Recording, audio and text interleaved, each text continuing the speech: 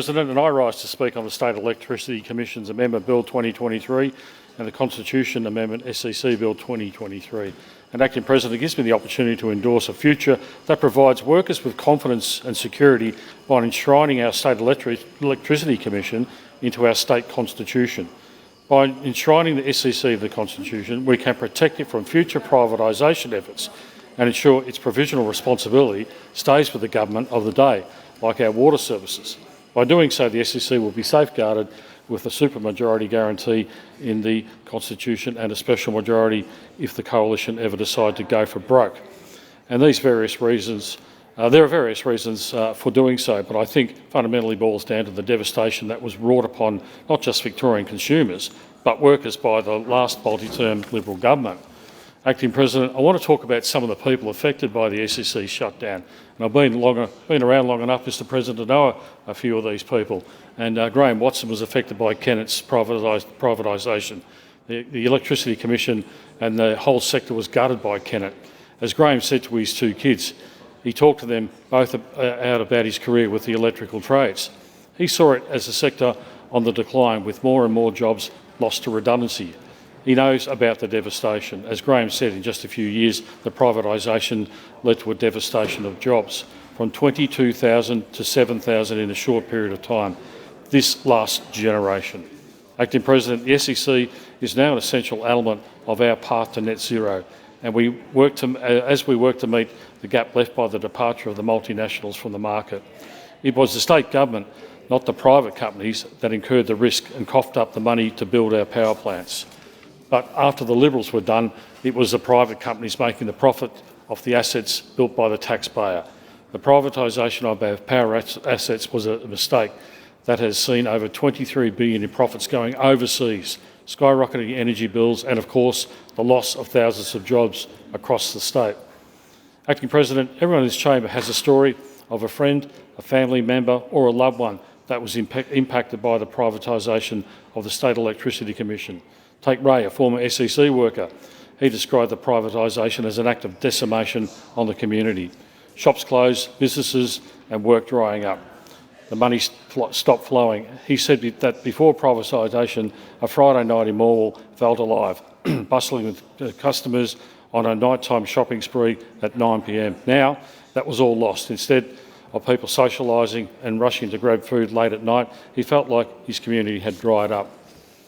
Instead of being a busy atmosphere, he saw closed shops, he saw people out of a job with no work to go around. The SEC kept the community's businesses alive, and with the privatisation of the SEC went alternative job prospects for people. Under the Kennett government, thousands of workers were laid off, businesses went under, all the while the Liberals butchered up the SEC and sold off like scraps to the multinationals. Power bills skyrocketed, and these companies raked in billions in profit while leaving workers on the wayside and ripping communities in half. Back in 2022, former mine worker Ron Bernardi said to the Age newspaper about what happened when they started shedding jobs. In his words, after privatisation, Morwell felt like a Sunday every day, whether people knew it or not. The SEC was helping keep local businesses alive by providing stable, well-paid employment to their workers who could go out and spend in their local community. After privatisation, these shops went out of business. Communities that were once bustling and busy were empty and withering, and trainees and workers were left out to rot by the Liberals. Ron rejected the narrative that the SEC was what they called slow, easy, comfortable, and spoke the truth that the SEC in the public hands gave good, stable jobs to workers and helped keep local economies alive, and in their absence came empty shop floors and people wandering around looking for any job they could find. Workers and young people were disregarded by the Kennett Liberal government that was more focused on money than the people and the community. One story that echoes this well is told by Mick from the Electrical Trades Union, who in 2022 recounted what the SEC was like before privatisation and the community that it fostered and that the Liberals destroyed. There are some, even in this place, who are quick to cast the old SEC as a rusty, old, unproductive drag. But stories like Mick tell a different tale. He described the workforce as being closer to a tight-knit family with over 100 apprentices a year coming out to work in the sector. The program didn't just give these these apprentices an opportunity to work. It gave them a strong community that they could rely on, and that would help them prosper. These workers were the backbone of our energy sector, maintaining and powering the grid for all of us to benefit, not just the benefit of profiteering companies. Unfortunately, with the privatisation of the SEC, not only were these jobs axed, but those apprenticeship programs were also wound up, draining talent from the SEC and leaving those apprentices alone looking for work. To quote Mick, it felt like a piece of him had been taken away. Acting President, it's easy for some in this chamber, particularly for those opposite, to look at this as a mere issue of immediate finances. For them, privatising the SEC was not about a social impact, it was about improving their budget bottom line. They didn't have any regard for their businesses. They bankrupted along the way. All the families they destroyed. It was all about the money, not the people. But on top of that, the privatisation of the SEC damaged the workforce even after the deed was done. There are workers such as Damien, who started working in the sector 14 years ago after privatisation, who can attest to the hardship. The SEC gave apprentices and workers job security with its sale and were thrown on the streets jumping for the contractual gig to another. That insecurity makes life planning hard.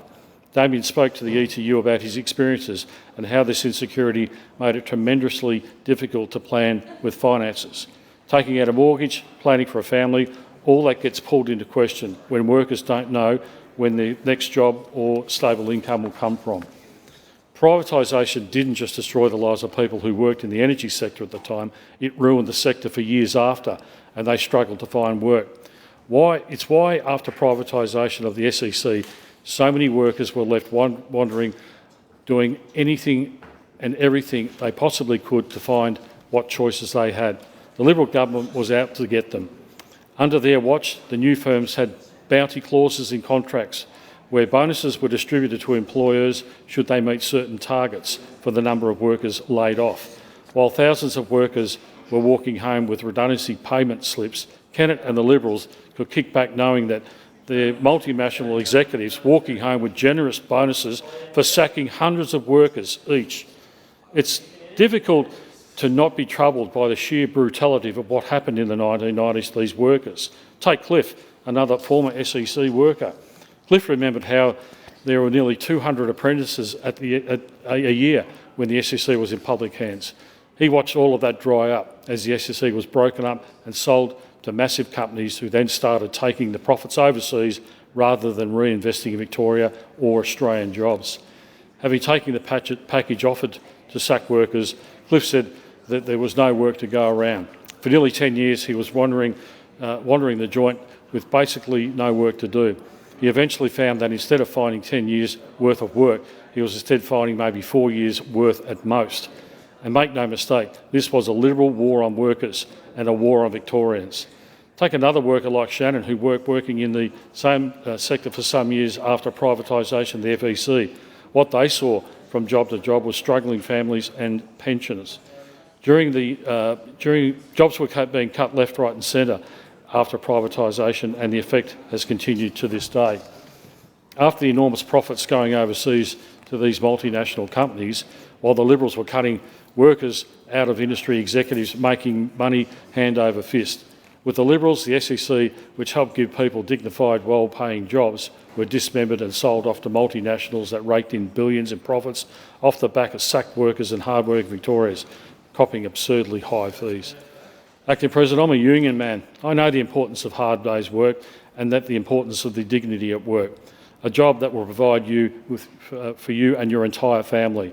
Take Andrew Horton. Andrew worked at the SEC and recalled the scale of the community trauma wrought by the privatisation and decommissioning of the SECV in the 1990s. He described 14,000 workers being sacked, their jobs pulled from right under them.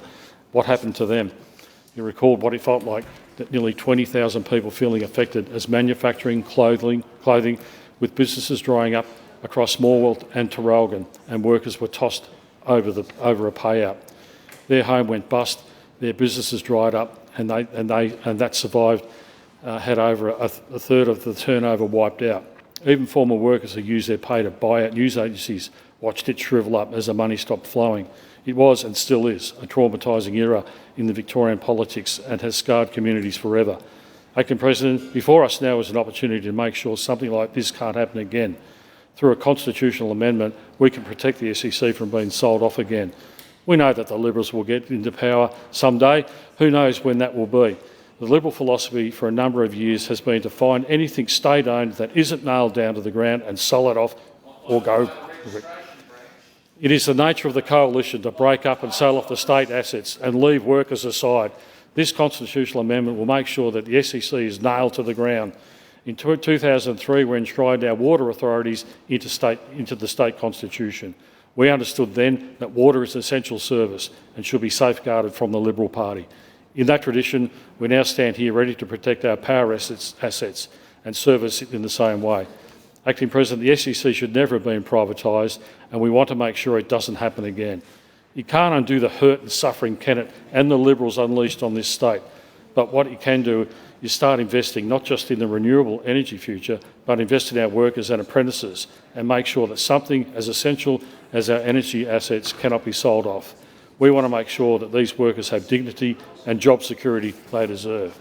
And we want to make sure that when the Liberal Party try that they can't start breaking apart an essential service like electricity and start selling it off for quick cash like they did in the 1990s.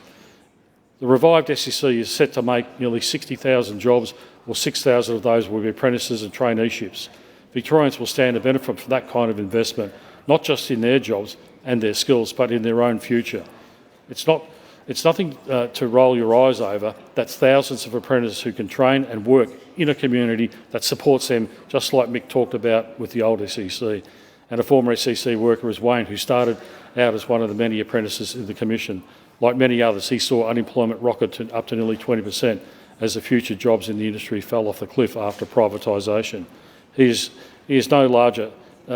no larger industry came in to fill the void, and now he sees multiple applicants for every possible job to be found. The devastation in his eyes destroyed the industry's reputation as a haven for good. As a result, every business has suffered and everyone in every industry was struggling to find work at all. It's tens of thousands of workers who can have a job security and stable incomes so they can plan for their dream of owning a home and starting a family. It was amazing to see Victorians throw Kennett's legacy in the bin in 2022 in favour of our positive plan for Victorians and the energy sector. In between seeing Kennett on the news talking about the Hawthorn Football Club and donating to the member for Hawthorn in the Other Places Legal Fund, we see Kennett bringing back the big troops of the 90s.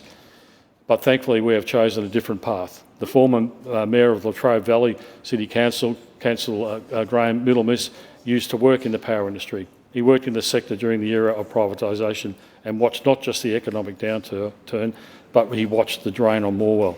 He saw hard-working Victorians with good skills packing up and leaving. The opportunities were gone, and with it went the hopes and dreams staying in the region. Many sold their homes and moved out, while thousands of workers who had non-transferable skills could go nowhere. Over time, he watched the people eventually find work, but it was never what they once had, never as lucrative as the high-earning power jobs. When I think of people like Mick, or those many workers I've talked about today, I think about a community working together for the good of their community. And I think how the Coalition smashed that environment, they smashed the SEC to bits. I want workers like Damien to have an opportunity to have the secure work and stable income so they can plan, get a mortgage and own a home. I want pensioners and working families not to break their backs over energy bills. I want Victorians to have a fair go and for Victorians to move towards net zero emissions and to keep the lights on. With these bills today, we can do all of that.